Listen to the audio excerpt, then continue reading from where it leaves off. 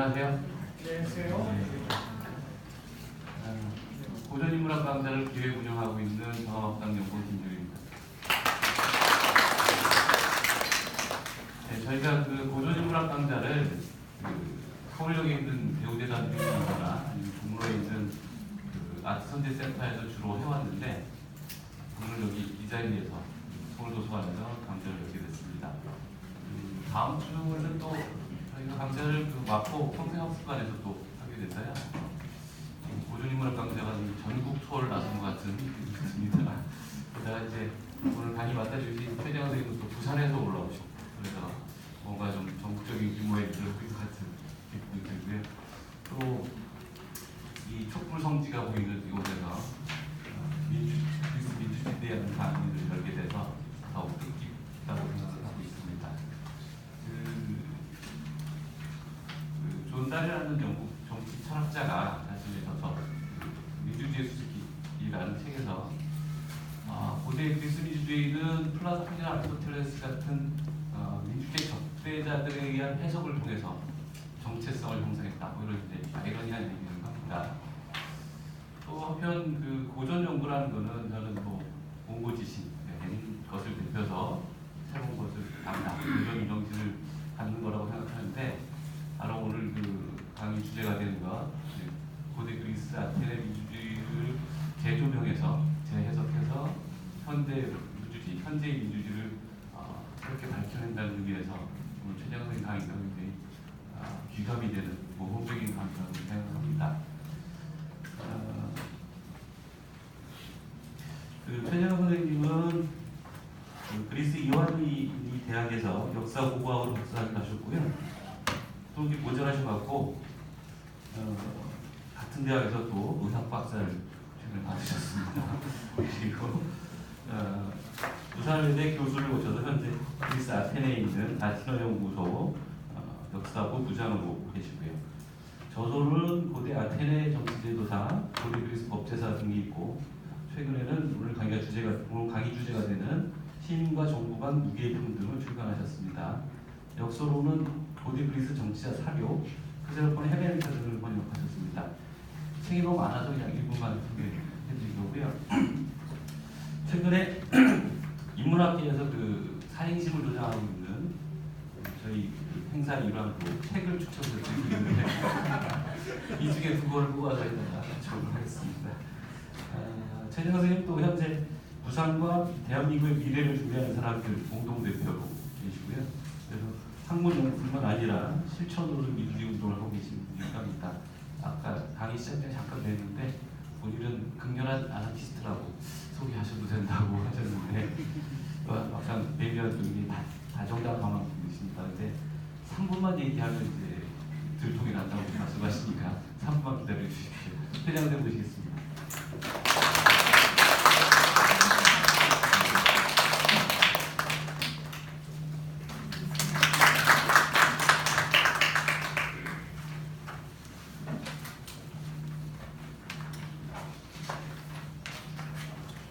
네, 안녕하십니까. 이 귀한 자리에 제가 여러분 모시고 뭐 이렇게 몇 마디 할 수 있게 돼서 감사드리고 그리고 이 귀한 걸음 해주신 데 대해서도 감사를 드립니다. 제가 오늘 2시간에 걸쳐서 얘기하려고 하는 것은 굉장한 얘기가 아니라 상식적인 얘기인데 그런데 그 상식을 우리가 보통 거꾸로 생각하고 있는 거야. 가만히 생각하고 그게 상식인데 이게 우리 사고의 틀이라고 얘기할 수 있는 이거를 이제 그 거꾸로 생각하고 있는 거를 제가 이제 이거 거꾸로다 이런 말씀을 드리려고 합니다. 먼저 좌우라는 말을 우리가 써요. 근데 그것만큼 불확실한 게 없다는 거예요. 너무나 불분명한 거를 가지고 매일마다 떠들고 있는 게 좌우라는 거예요. 뭐가 좌우냐? 세상은 너무나 다양한 면을 갖고 있는데 어떻게 그거를 황치를 해서 좌로 색깔을 칠하고 우로 색깔을 칠해서 싸울 수가 있나? 뭔가 이게 잘못된 것이다 하는 거죠. 거리로 나와가지고 태극기를 흔드는 사람, 또 아닌 이런 사람들이 뭐를 위해서 싸우는지를 그 사람 자신들도 알고 있지 못하는 거죠. 자기네들이 왜 여기서 나와서 싸우는지. 만일에 더불어민주당을 대상으로 한다면 더불어민주당이라는 게 도대체 하나의 색깔이 아니란 말이에요. 너무나 다양한 스펙트럼을 가지고 있는데 어떻게 그거를 더불어민주당을 개명해서 태극기 들고 나가지고 싸우냐. 말이 안 되는 거죠. 그래서 이거 뭔가의 프레임에 의해서, 틀에 의해서 우리가 이용당하고 있는 거다. 이런 거를 반성해 볼 수가 있지 않을까. 여기서부터 시작을 하는데요. 제가 먼저 말씀드리려고 하는 것은 뭐냐면, 그러니까 가난한 사람, 부자, 이거는 구체적인 그 대비가 되는 거예요. 그 다음에 친일파, 그 다음에 독재정권, 뭐 이래가지고 내려와서 돈을 모아서 특권을 갖고 있다. 돈이 많아가지고 이게 뭐 좀 사회주의적인 정책이 실시가 되면은 이게 세금도 많아지고 막 돈도 뺏길 것 같다. 이래가지고 개혁을 거부한다. 이것도 말이 되잖아요. 그러면 친일파, 돈 많은 사람, 뭐 독재, 뭐 이런 걸로다가 우리가 얘기를 할 수가 있는 것이죠. 근데 좌우라는 개념이 그게 불분명하다 그런 거죠. 그런데요, 이게 뭐냐면 이런 거예요. 고대 그리스 사회는 단순한 사회예요. 지금처럼 막 뭔가가 막 이렇게 막 복합해가지고 뭐가 계란인지 뭐가 닭인지를 가려내기가 어려운 그런 사회가 아니었어요. 그래서 고대 그리스 사회를 딱 보면은 이 제도가 어떻게 요게 변화가 되고 원인이 뭔가를 알 수가 있거든요. 그래서 제가 무슨 말씀을 먼저 드리려고 하냐면, 좌든 우든 그게 실체가 어떻든 그걸 차치하고 싸운다는 거는 뭔가가 원하는 게 있을 거란 말이에요. 그게 단순하게 좌로 표현이 되든 우로 표현이 되든.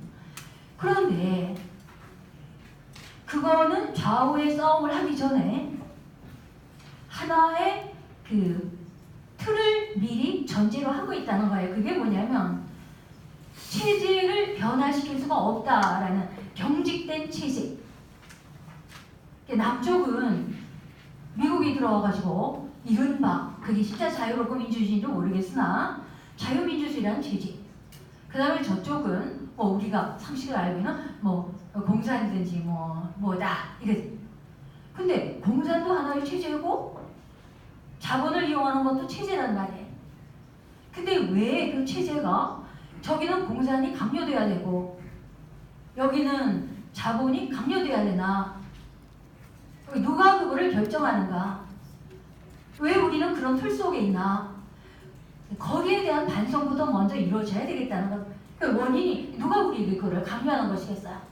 그게 어떤 절대적인 가치를 가지고 있어서 그랬겠습니까? 네?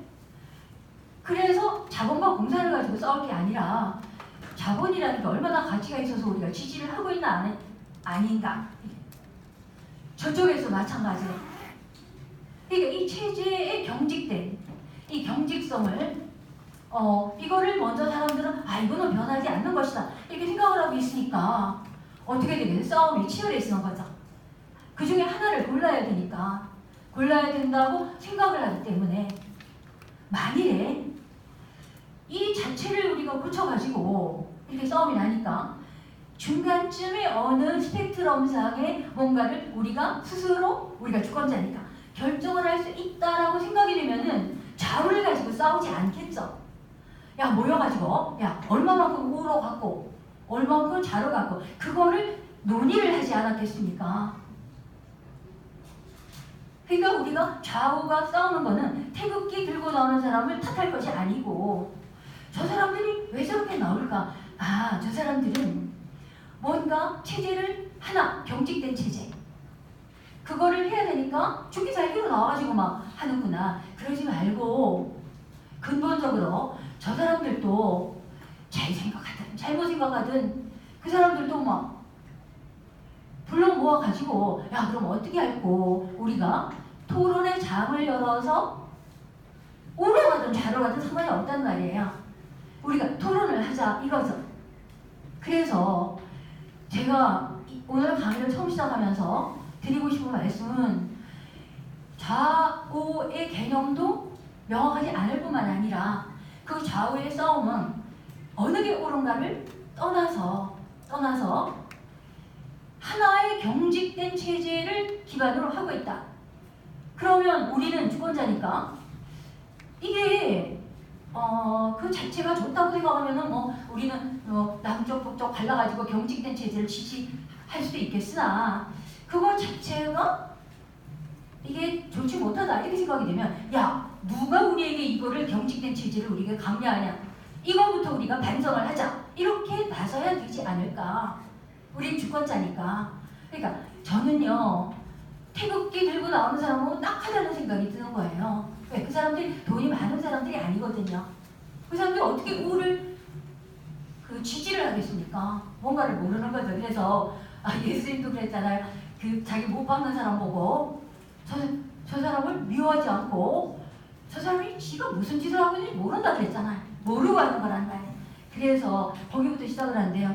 처음에 저는 고대 그리스사를 전공했는데요. 솔론의 개혁이라는 게 있어요. 기원전 594년. 지금으로부터 2600년 전이었죠.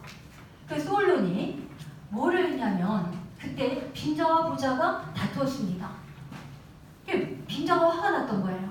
왜냐하면 돈을 조금 빌렸는데 그랬는데 그 땅에 저당석을 갖다 봤는데 6분의 1세 저당석이라는 거예요. 그래서 자기가 돈을 조금 빌렸더니 그때는 토지는 지 토지가 아니었어요. 집안 토지였죠. 지가 팔 수가 없어요. 그 대신에 자기가 경작하는 토지의 그 생산물을 줄 수는 있는 거예요. 소작인 같은 거죠. 근데 그래서 돈을 조금 빌렸는데 이놈의 6분의 1세를 주는데 이게 막 10년, 20년, 30년, 40년 막 가니까 이 빈자들이 화가 났던 거죠. 그래서 야 내가 돈을 조금 빌렸는데 평생을 6분의 1세를 줘야 되냐 못 주겠다 막 이렇게 된 거예요. 그래가지고 빈자들이 아리스토텔레스가 적었는데 그게 퍼센트는 안 적었는데요. 하여간 막 아주 소수의 이 권리를 가진 우리가 말하는 지주 땅을 소유하는 사람은 아니에요. 6분의 1세를 받아먹는 이제 그런 지주 같은 사람들이죠. 그래서 소수 그리고 막 80~90%에 해당하는 이제 이 소작인들이죠. 조금 형태가 다른 소작인들이에요. 토지의 소유는 집안이 갖고 있기 때문에 자기는 생산물만 주는 거예요. 돈 좀 빌리고 그거는 자기가 할 수 있잖아요. 그랬더니 문제가 생겼습니다. 어떤 문제냐면 이 소작인들은요 시민들이란 말이에요. 근데 이 시민들은요 무장을 하고 있어요. 자체 무장. 그러니까 우리같이 뭐 조선시대나 관가에서만 무기를 갖고 있다든지 지금도 군대가 조직적인 군대가 있다든지 이런 게 아니고 그런 게 없어요. 그러니까 그리스는 폴리스라는 도시국가는 군대도 없고 조직적인 군대래요. 그 다음에 당국이라는 게 없어요. 당국 그러니까 우리가 말하는 뭐 시청이나 아니면 뭐 이런 게 없단 말이에요. 그러면 아시듯이 누가 결정을 하냐? 민중들 이렇게 민중들이 모여가지고 막 결정하면 그게 민회가 되잖아요. 그리고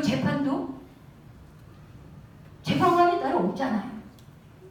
전사도 따로 없어요. 시민들이 다 해야 되는 거예요. 막 재판도 하고 결정도 하고 페르시아인이 서들어가면 싸우러도 나가야 되고 막 이러는 거예요. 시민들이 다 하니까. 그래서 이런 독특한 체제에서 80~90%에 해당하는 시민들이 야 이제 우리 못 준다 막 이렇게 된 거야. 막 오리발을 내미는 거죠. 그랬더니 이 사람들이 무장을 하고 있다는 말이에요. 무장을 하고 있지 않고 국가에 조직된 군대가 있으면은 어떻게 했겠어? 전두환이 했던 것처럼 전두환인지 뭐 해서 모르지만 막 군대를 투입해가지고 막 죽였겠죠. 근데 그런 조직적인 군대가 없어요.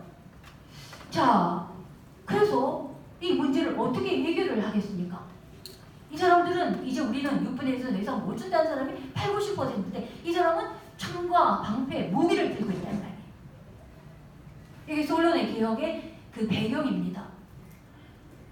그래서 싸우면 피가 나는 거지. 피. 누가 이기겠어요? 숫자가 많은 놈이 이기죠. 왜? 지주는 숫자가 작으니까 시민들이 무기 들고 있어 싸우면 지주들이 지는 거예요. 그래가지고 사람들이 내란이 일어나는 거예요. 내란. 그러니까 우리가 직접 무기를 들고 있다는 것은요, 이거 굉장히 중요한 거야. 우리가 무기가 없으니까 그렇잖아요. 막 사고 피해자들이 막 그래요.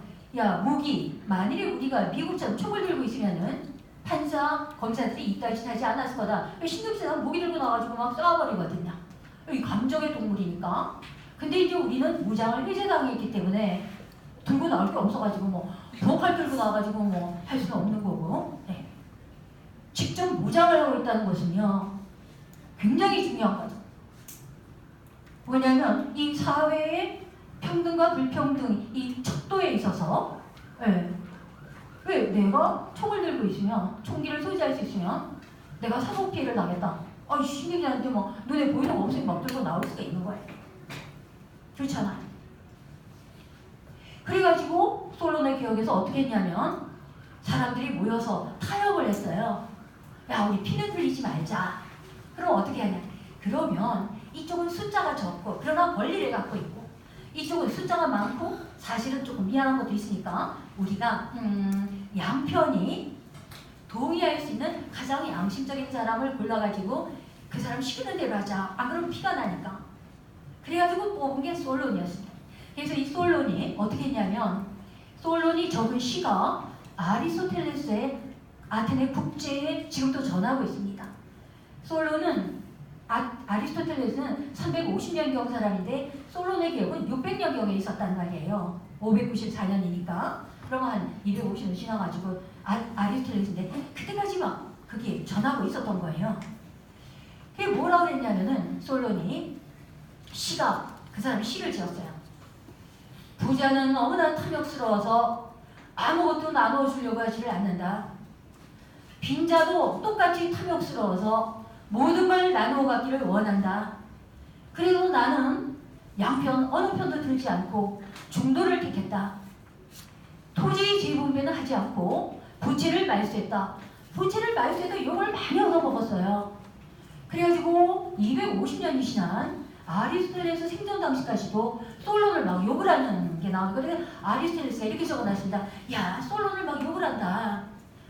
뭐라고 욕을 하냐면 솔론이 지치고 부자 만들라고 부채를 말소하면서 미리 정보를 줘가지고 그래가지고는 그 지친구들이 돈을 빌려가지고 토지를 샀다는 거예요. 그랬더니 토지는 안 돌려주고 부채만 발수하니까 돈을 빌려가지고 개혁하기 전에 직전에 그래가지고 돈을 싹 빌려가지고 토지를 사둔 사람들이 솔론 친구들만 부자가 됐다. 이 죽일 놈 이렇게 솔론을 욕을 했다는 거예요. 그런데 아리스토텔레스가 거기다가 사료 평가까지 했어요. 그런데 솔론은 그가 그런 개혁을 하기 위해서 친구들하고 의논을 했을 수는 있겠으나 그리고 그 친구들이 그 정보를 알아가지고 그런 짓 했을 수도 있잖아요. 그런데 솔론은 정말 지 친구들 부자 만들려고 그런 짓 하지는 않았을 것이다. 왜냐? 솔론은 자기가 1년 동안 전권을 받았어요. 개혁을. 그래서 개혁을 딱 하고는 1년 딱 놓고는 가지고 있던 권력을 다 내놓고 아테네를 떠났습니다. 권력을 탁 버렸어요. 그래서 그는 빈자와 부자 가운데 한 편에 동조만 했더라도 그는 천주가 될 수 있었, 독재자가 될 수 있을 텐데 근데 그렇게 자기가 권력을 놓고 떠난 사람이다. 이렇게 욕심 없는 사람이 어떻게 지주부들 부자 만들라고 그런 짓 했겠냐. 이렇게 아리스토텔레스가요. 네, 아테네 국제에다가 사료 평가까지 해놨던 것. 제가 이 말씀 드리는 것은요. 그리스 시민들은 자유시민들이에요. 그들에게는 어떤 미군이나 소련군이나 아니면 독재체제나 일제시나 이런 배경이 없단 말이에요. 그러니까 우리가 모여가지고 어떤 정책을 실시할 것인가를 우리 스스로가 결정을 하죠. 그러니까 결정을 잘못할 수도 있겠죠. 이게 중요한 거예요. 우리가 하는 결정이 반드시 완벽하고 이상적일 수가 없잖아요. 그러면 시민들은 걱정을 안 해요. 왜? 한번 결정해서 이게 좋지 않다고 생각이 되면은 다음에 또 번복을 할 수가 있는 거예요. 번복. 그래서 법관, 검찰 보세요. 그 사람들이 법관도 재판 잘못하면 재심을 하잖아요. 경찰이나 검찰도 잘못하면 재수사를 해요. 그 사람들이 다 잘하는 게 아니죠. 지가 뭐 전문가든 아니든.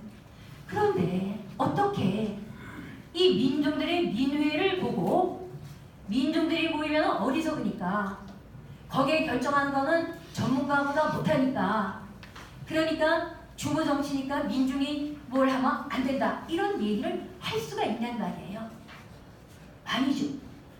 그러니까 법관이 재판을 잘못하든 검찰이 잘못하든 얼마든지 번복하고 다시 수정의 기회가 주어지듯이 우리도 한 번 해서 아니면 또 다음에 모여가지고 야 솔로몬처럼 그렇게 했으니까 안 좋으네 우리가 다음에 또 뭐 하자 이거 꽂히면 되잖아요.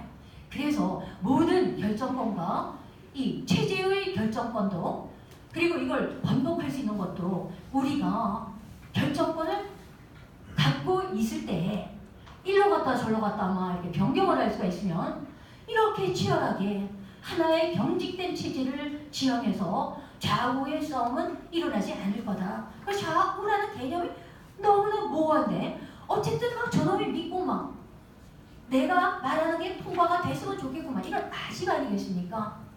그래서 우리는 이번에 결정해서 좀 양보하면 해보다가 안 되면 또 다음에 또 다른 걸로 다른 의견이 또 성공할 수 있는 것이고 좌우의 싸움을 하기 전에 그 전제의 틀이 되는 것이 뭐냐면은 우리에게는 우리가 원하지 않는 미리 주어지는 하나의 강요된 체제가 있다는 것. 그게 어디서 나온 거냐? 역사적으로 주어지는 건데요. 그게 이제 일제 식민지, 독재의 잔재, 그리고 우리가 말하는 뭐 외세 이런 것들이죠. 이제 그런 말씀을 먼저 드리면서 했고요. 그 다음에 요거 말씀을 드렸고요. 그래서 여기 이제 절차 민주정치라는 게 있는데요. 그래 요즘 그런 거 많이 하죠. 야 국회의원들이 일을 잘못해도 국회 같으니까 그러니까 이 국회의원들을 잡아가지고 조치할 수 있는 국민 소환제가 필요하다. 국민 소환제가 그러면 그 소환제라는 거는 유신체제 때 박정희가 우리 국민이 국회의원을 불러가지고 벌을 줄 수가 있었던 그 권한을 박정희가 빼앗아가서 안 줬어요. 그래서 이제 정권이 세월이 많이 흐르고 정권이 바뀌었는데 지금 2년 전부터 이제 우리 정권 바뀌면서 바뀌기 조금 전서부터 야 우리가 국회의원이든 뭐든 불러가지고 꾸지람을 할 수 있는 소환제를 통과를 시켜야 되겠다. 그래가지고 2년 전부터 막 열심히 시민 단체들이 모여가지고 운동을 했습니다. 그런데 놀랍게도 지금은 독재 정권이 아니라고 생각하시잖아요. 박정희가 그를 뺏어갔다는 말이에요. 그러면 지금이 민주정부라면 당연히 그 전에 우리가 48년 헌법 만들고서 우리가 갖고 있던 그 국민 소환권을 그리고 국민 발안권 개헌을 이거 헌법에 이걸 고쳐야 된다고 국민이 발안할 수 있어야 되는 그 국민 발안권 이런 거 다 독재 정권이 뺏어갔는데 그러면 헌법 만들면서부터 재헌 48년에 하면서부터 있었던 거를 박정희가 뺏어갔으면 이제 우리가 민주정부가 됐다고 하니까 돌려줘야 될 거 아니에요. 근데 지금까지 정권 바뀌 2년 동안 줄기차게 노력을 했는데 지금 국회의원들이요 눈도 깜짝 안 해요. 그 돌려줄 생각을 안 하는 거죠. 그러니까 이 국회의원들이 이 사고방식이 저들만 뭐라고 해야 되겠다고 생각을 하는 거예요. 놀라운 거죠. 독재의 잔재가 박정희만 없애면 되는 게 아니었다는 거예요. 그런데 그 국회가 우리에게 돌려주지 않는, 우리의 그 권한 돌려받지 못하는 그 책임이 누구에게 있을까? 저는요, 국회의원이라고 생각하지 않습니다. 그게 누구냐면은 국회의원을 믿고 위정자를 믿고 있는 우리 스스로. 우리가 떠들면 안 줄 수가 없죠. 그래서 딱 저거 입 다물고 있는 거야. 몰라서도 입 다물고 알아도 입 다물고 아는 법학 교수들도 입 딱 다물고 있더라. 그래서 나라가 이 모양 이 꼴이 된 거는 절대로 국회의원 욕을 할 게 없다는 겁니다. 왜? 우리 주권자인데 주권자가 어떤 권한을 갖고 있는지를 우리가 모르잖아요. 전부 다 이 국회가 되는 게 전부 누구 탓이냐면 우리 자신의 탓이라는 거를 이제 우리가 생각해야 되는데요. 근데 여기서 절차라는 말이 어떤 거냐면, 자, 개헌을 하면서 토지 공개념 뭐 이런 게 나오고 여러 가지 좋은 안건들이 있어요. 그럼 이게 막 좌익이다 막 이래가지고 막 떠드는 거죠. 그래서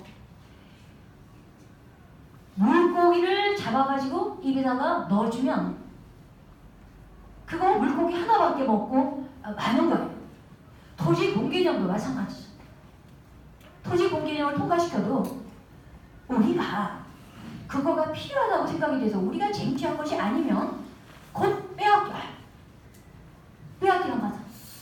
우리가 자격이 있을 때 그런 것도 오는 거예요.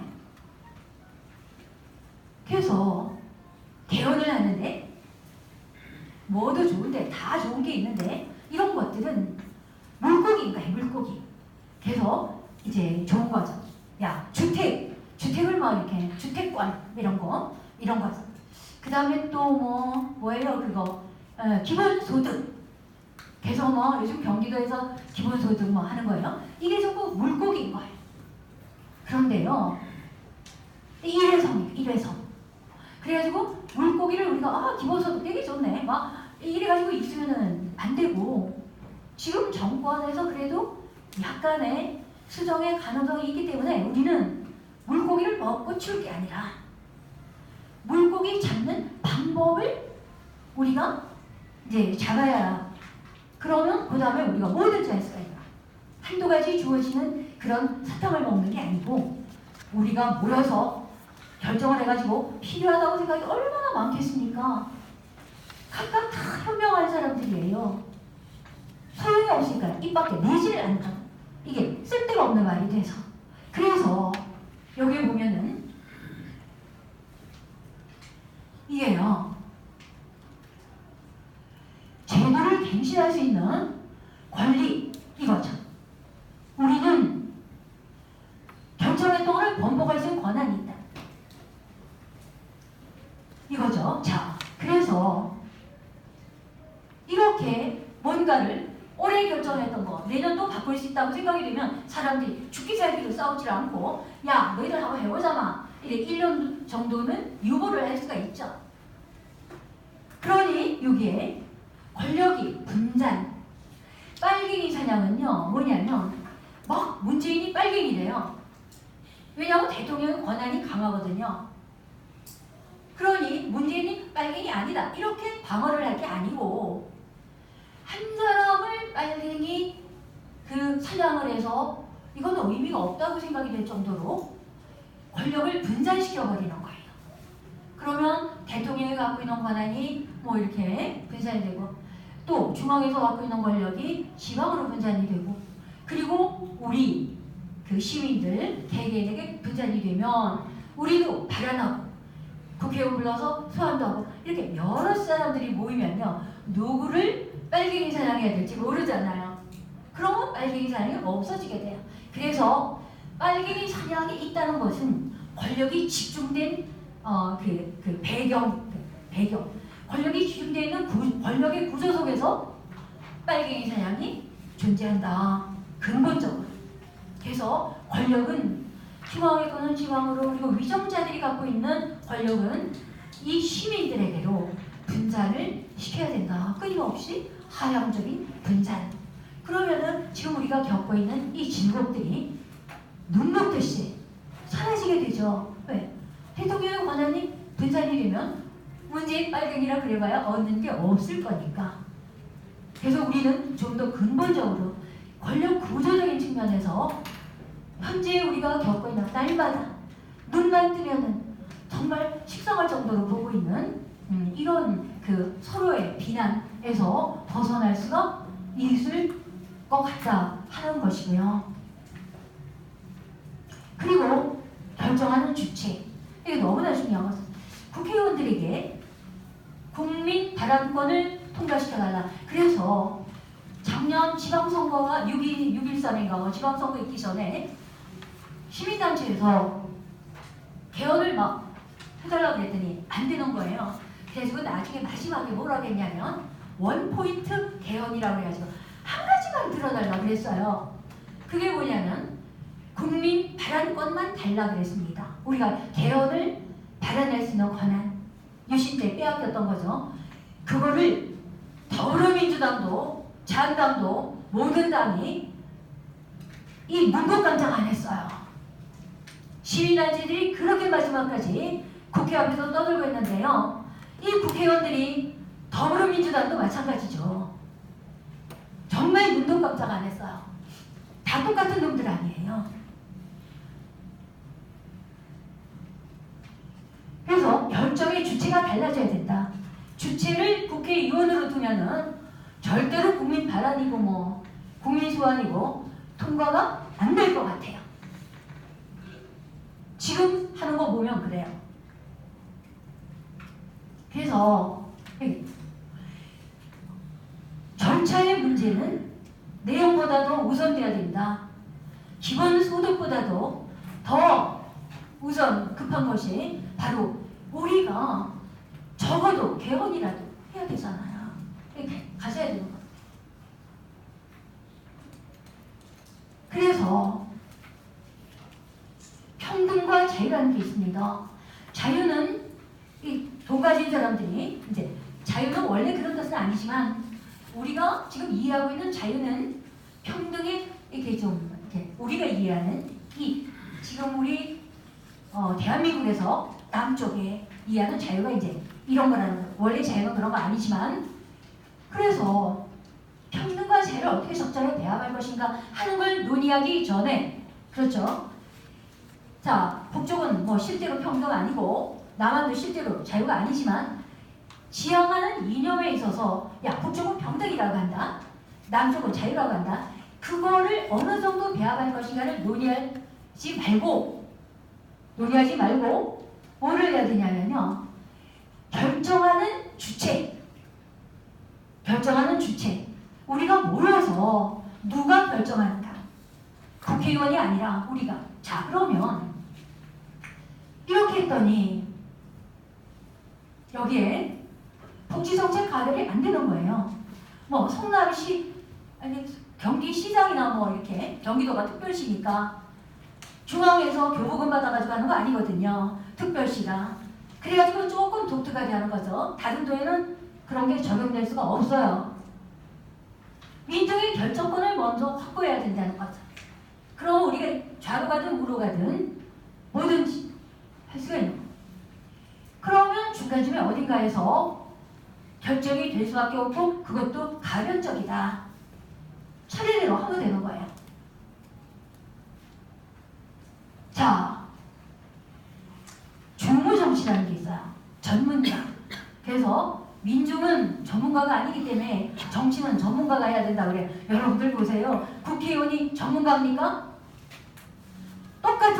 우리하고 똑같아요 보면 권위의식만 있는 거죠. 전문가 아니에요. 법관이 전문가다. 그런데요. 법관이 변호사가 전문적인 법지식을 갖고 있다. 이 사람들은 법지식을 어디에다가 이용하냐면요. 이상하게 법을 막 비비 꼬는데 이용을 해요. 재판은 누가 해야 되냐면 보통 사람들이 상식을 가지고 해야 되는 거죠. 고대 아테네 사람들은요. 보통 사람들이 법관이라는 게 없었습니다. 상식을 가지고 했어요. 상식을 가지고 하는 재판. 중요한 게 뭐냐면 전문가인가 아닌가가 아니라 얼마나 부패해 있는가. 부패의 정리. 그래서 소수의 전문가가 권력을 갖고 있으면 더 부패하기 쉽죠. 왜냐하면 소수니까. 가서 로비를 하기가 쉽잖아요. 자, 그래서 여기서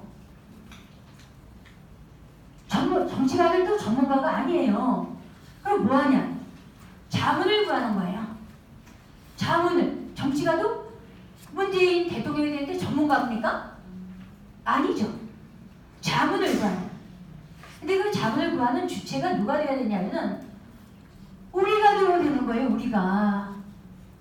왜 정치를 전문가가? 이 중요한 건 뭐냐면 전문가가 자문을 구하되 그 구한 자문의 내용을 가지고 결정을 누가 하냐? 정치가가 아니라 우리 민중이 해야 된다는 거야. 자, 근데 이제 전문가가 따로 없다 이거고, 민중도 필요할 때 전문가에게 자문을 구하면 되잖아. 그렇죠? 그래서 여기에 우리 내용에는 들어있지 않는데 제가요 한 7, 8분 정도, 이게 굉장히 중요한 얘기인데 한번 들어보세요. 제가 거기에 들어있지 않는 말씀을 한 가지를 드리려고 합니다. 그게 뭐냐면 우리가 잘 알고 있는 게 소크라테스의 재판이 있어. 소크라테스가 독약을 이렇게 사약을 받고 죽었잖아요. 그쵸? 막 너는 독약 먹고 죽어라 막 이래가지고 죽었어요. 근데 그 독약, 그러니까 이게 처형을 한 거야. 처형. 소크라테스의 죽음은 너무나 유명하기 때문에 모르는 분이 없어요. 근데 여러분 한번 들어보세요. 독약을 내려가지고 죽어라 이렇게 얘기한 명령의 주체가 누구겠어요? 금방 법관이 없다 그랬어. 그렇죠? 소크라테스의 죽음은 너무나 유명하거나 이 정도 강의 들으러 오시는 분은 모르는 분이 없죠. 그런데 기가 막히는 거예요. 누가 소크라테스에게 독약을 이렇게 강요했잖아요. 누가 강요를 했겠어요? 예. 그 어려운 문제가 아닐 수도 있는 것 같지만, 그쵸? 누가 독약을 딱 내려가지고 죽어라 이렇게 했겠어. 예. 요즘 우리 같으면 법관이 너는 사형이다 이랬겠잖아요.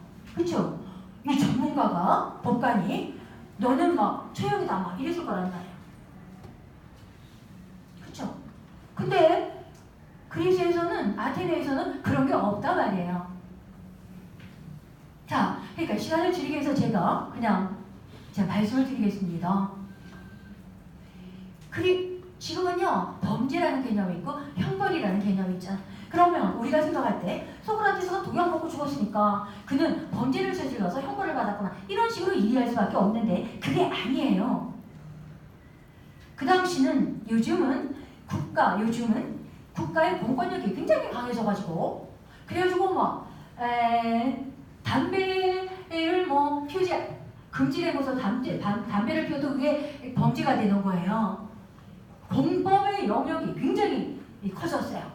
그런데 우리가 지금 얘기하는 그리스에서는 공법의 영역이 되게 작아요. 그러니까 거의 다가 사법의 영역이에요. 소크라테스의 재판은 우리가 생각하는 공법하고 아무 상관이 없죠. 그러니까 개인과 개인의 다툼으로 일어나는 거예요. 그러니까 국가의 당국이라는 게 없다니까요. 그러니까 아니투스라는 사람이 있었어요. 그 일파가 3명이 소크라테스를 고발을 한 거예요. 그게 뭐냐면 소크라테스는 젊은이들을 타락시킨다. 이게 공익을 해친다는 겁니다. 공익을 해친 거는 굉장한 문제가 되죠. 그래서 젊은이들 보고 막 부모 말 듣지 말라고 한다. 그리고 막 소크라테스는 우리 옛날에도 우리 전통적으로 없는 이 다이몬이라는 사신을 지가 막 도입해가지고 다이몬이라는 걸 막 말소리 듣고 다닌다고 하더라. 막 이러는 거예요. 그래가지고 소크라테스는 공적이다. 이래가지고 고발을 했어요. 그랬더니 소크라테스 자기는 젊은이를 타락시킨 적이 없는 거죠. 자기는 젊은이를 교육을 시킨 거예요. 잘. 그래가지고 법정이 열렸어요. 그래가지고 이제 여기 배심원들이 모였습니다. 501명이 모였어요. 말해봐라! 이렇게 된 거예요. 그래가지고 아니투스 척이 나와서 소크라테스를 막 욕을 했어요. 그리고 소크라테스가 나는 잘못하는 거 없다 막 이렇게. 그게 막 서로의 다툼이죠. 서로 막 경쟁하는 거예요. 경쟁. 거기는 국가라는 당국이 없잖아요. 그래서 이걸 디케라고 하는데 서로 막 겨루는 거예요. 막. 내 말이 옳다고. 이게 사법의 영역이죠. 그래서 아테네의 재판은 두 차례에 열리는데 첫 번째는 사람들이 모여가지고 들어보고 이게 유죄냐 무죄냐를 결정을 해요. 그랬더니 유죄로 결정이 났습니다. 그 차이가 뭐 제가 알기로 한 30명밖에 안 돼요. 501명 가운데서. 근데 두 번째 재판이 열리는 거야. 거기서 뭐냐, 유죄로 결정이 났으니까 이제 형량을 결정하는 거예요. 그래서 요즘같이 재판관이 있으면 재판관이 뭐 뇌물을 받아먹었든 안 받아먹었든 형량, 뭐 징역 1년, 뭐 사형 이런 걸 내리겠죠. 근데 거기는 그런 당국이 없단 말이에요. 형량을 내리는 주체가 없어요. 자유시민의 사회에서. 다 같은 고만고만한 사람들이 모여가지고 소크라테스하고 아니투스를 두고서 판단을 하는 거죠. 형량을 어떻게 결정을 했겠습니까? 500명 보고 물으면 다 달라요. 막 1년부터 2년, 3년, 막 처형까지 막 다양하게 나오면 결정을 못하는 거죠. 그래서 제가 말씀드리는데요. 형량은 어떤 당국이나 법관, 전문적인 법관이나 그런 사람들이 제시하는 게 아니고 여기 모여있는 배심원들이 형량을 결정하는 것도 제시하는 것도 아니에요. 아주 간단한 방법으로 했어요. 자유시민들이 집단에서 어떻게 하냐면 원고하고 피고를 세워놓고, 너무나 간단하죠.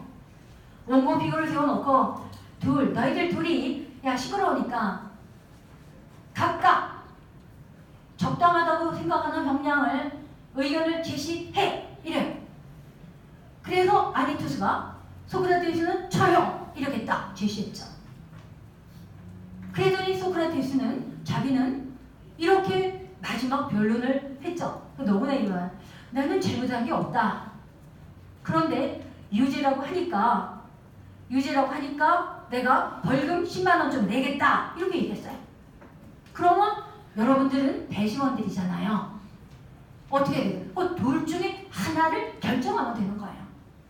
바로 당국이라는 게 없고 전문 법관이라는 게 없는 사회에서는요, 이 재판이 공익에 관련되는 재판도 사적인 성격을 가지고 이게 사법의 영역이 너무나 큰 거죠. 그래서 모든 걸 누가 결정하냐면 지금같이 법관이나 국회의원이나 양승태나 이런 사람이 결정한 게 아니에요. 사람들이 앉아가지고 원고와 피고의 말을 듣고 상식으로 결정하는 거죠. 그래서 검사나 법관이나 국회의원들이 야 너희들은 전문가가 아니잖아. 결정은 우리가 할게. 이렇게 얘기하면 여러분들이 야 웃기는 소리 하지 마라. 너희들이 왜 전문가냐. 전문가도 아니고 모든 거는 상식에 입각해서 결정이 돼야 된다. 중호 정치라는 거는요.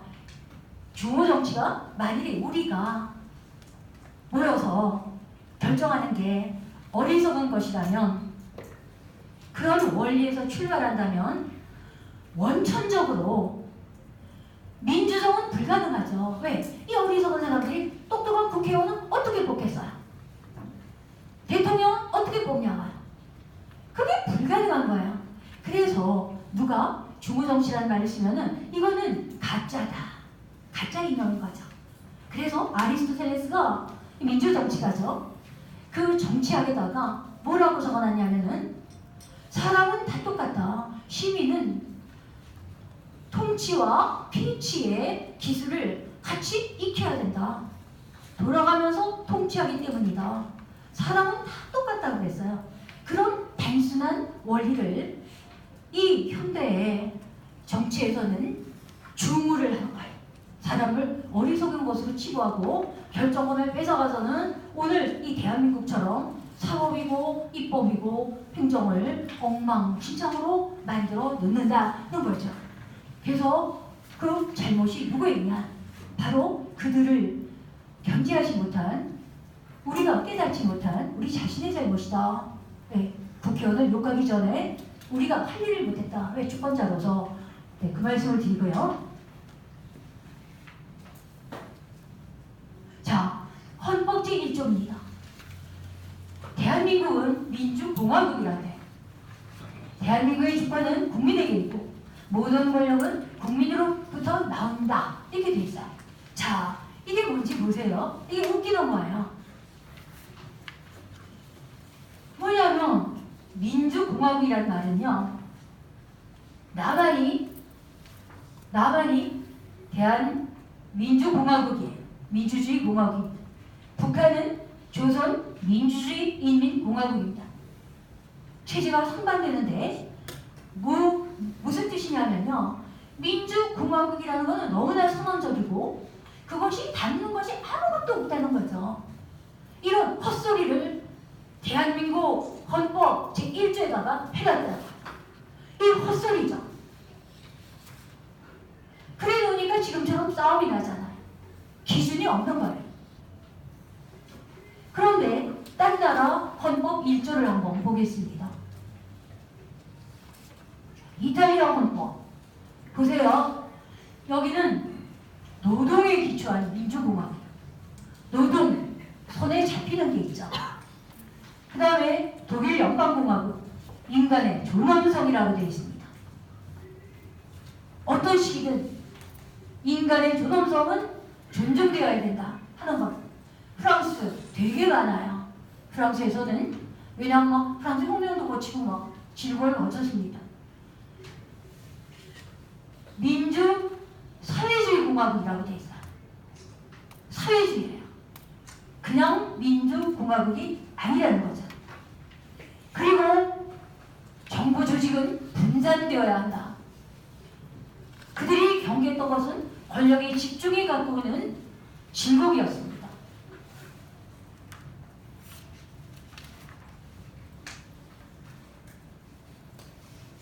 국민에게 있다고 했는데 국민은 국회의원 뽑고 대통령 뽑는 것밖에 없어요.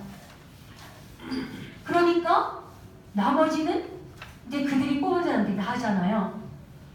그런데 놀랍게도 우리 국회의원들은 우리가 대의제라고 생각을 하는데 아닙니다. 우리나라 법률에 헌법에 넣었는데 하위 법률로서 우리가 뽑은 국회의원은 뽑은 사람들의 말을 들을 필요가 없다고 되어 있습니다. 대의제가 아니죠. 법률에 규정이 되어 있습니다. 그게 우리가 권력을 위임하게 됐는데 뽑아준 사람들의 말을 안 들어도 된다는 거예요. 그게 불기소 위임입니다. 대한민국 법률은 명확하게 국회의원들이 자기들을 뽑아준 사람들의 뜻을 거역해도 된다. 자유다. 이렇게 규정을 하고 있어요. 그게 무슨 대의제입니까? 반대의제죠.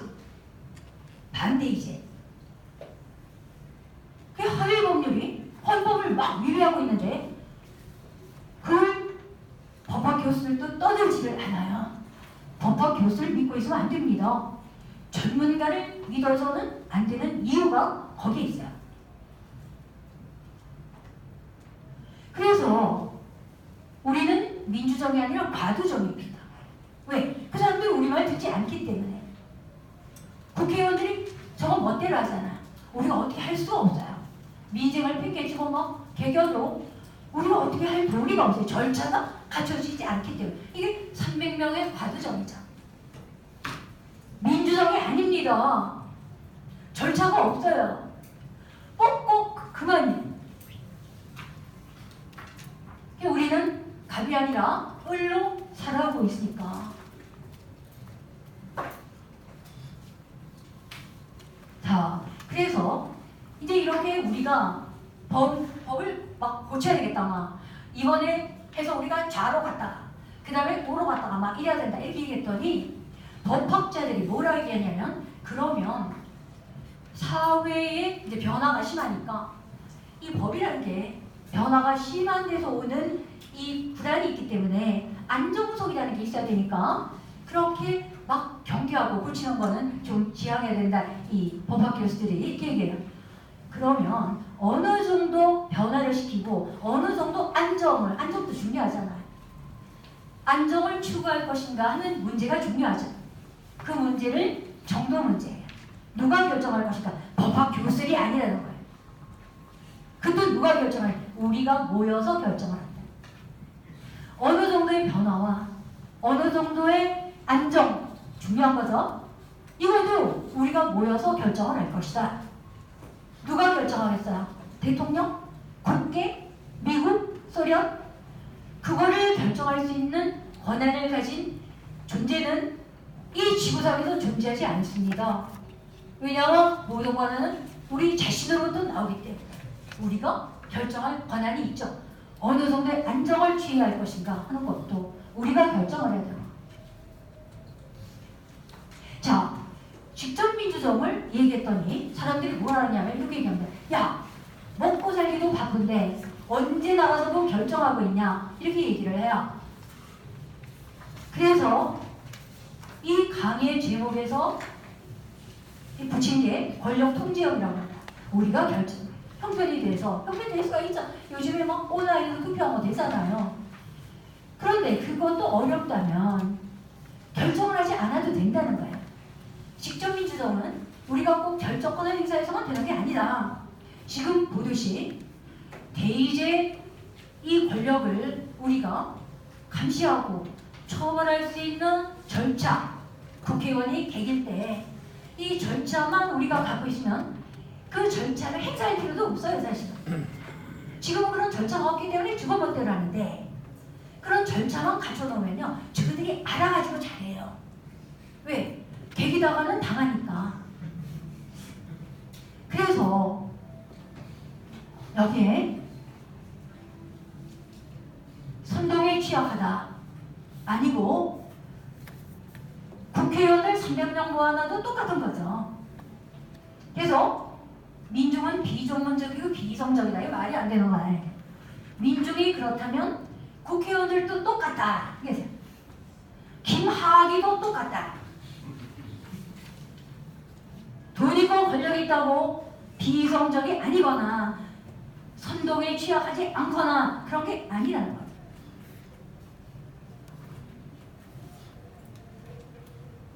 그리스는 나라 규모가 적어서 직접민주정치가 됐는데 지금은 나라 규모가 커지니까 직접민주정이 안 된다. 이거 웃기는 얘기가 지금까지 말씀을 드렸던 것이 우리가 직접민주정이라는 것은 권력의 구조적 측면을 얘기하는 것이고 그 영역에 대해서는 무관하다 하는 겁니다. 그래서 이 직접민주정은요, 대의제 위정자들을 처벌할 수 있는 권한을 우리가 가지면 일일이 모여가지고 결정을 안 해도 된다는 거예요. 막 촛불을 들었습니다. 속이 뒤집어지니까. 근데 그런 수고를 안 하고 합법적으로 우리가 처벌을 할 수 있는 절차를 마련하자. 이런 거죠. 그래서 영역과 무관하게 공직자를 처벌할 수 있는 절차를 만들자. 이게 영역하고 무슨 상관이 있어? 그래서 스위스는요, 이 직접민주정이 나라인데 어떻게 직접민주정을 하냐면 한 달도 안 됐어요. 얼마 전에 국민연금법 통과시키고 국민 이 총기 스위스에서 총기를 소유할 수가 있습니다. 합법적으로. 그런데 그중에 뭐 자동 소총 같은 게 있어요. 이거를 제한하자. 이게 너무 위험하니까. 이제 이런 법을 통과시켰는데요. 이거 어떻게 통과시켰냐면 첫째, 우리 국회 같은 의회가 있어요. 의회에서 먼저 통과를 시킵니다. 그러면은 그 다음에 국민투표에 붙여요. 국민연금법, 총기 제한 금지가 아니라 제한법 이런 것도 너희들 국회의원 믿고 있지 못하겠다 이런 거죠. 그러니까 그런 거죠. 스위스가 우리보다는 영역이 적지만 그래도 상당하죠. 그러니 스위스 국민들은 확실하게 칼자루를 들고 있는 거예요. 절대로 국회를 믿지 않습니다.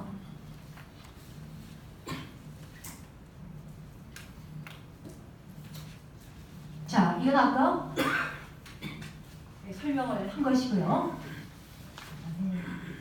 자, 그 전문가의 여부가 아니라 부패, 오판은 똑같은 거고 소수의 재판관이나 검사도 마찬가지다. 기소 독점권을 갖고 있어서 지멋대로 하고 있는 이 검찰 조직.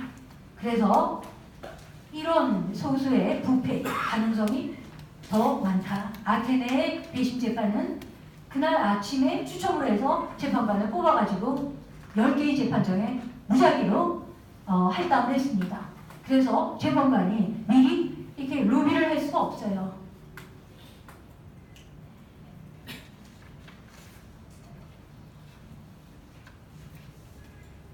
예, 여기 보면 직접 민주당이란 정책 결정권을 말하는 게 아니다. 꼭 그런 거 좋지만 아니고 공권력을 운용했을 때 민중이 처벌하는 권한을 가질 때 그것은 직접 민주정이다. 이러는 거.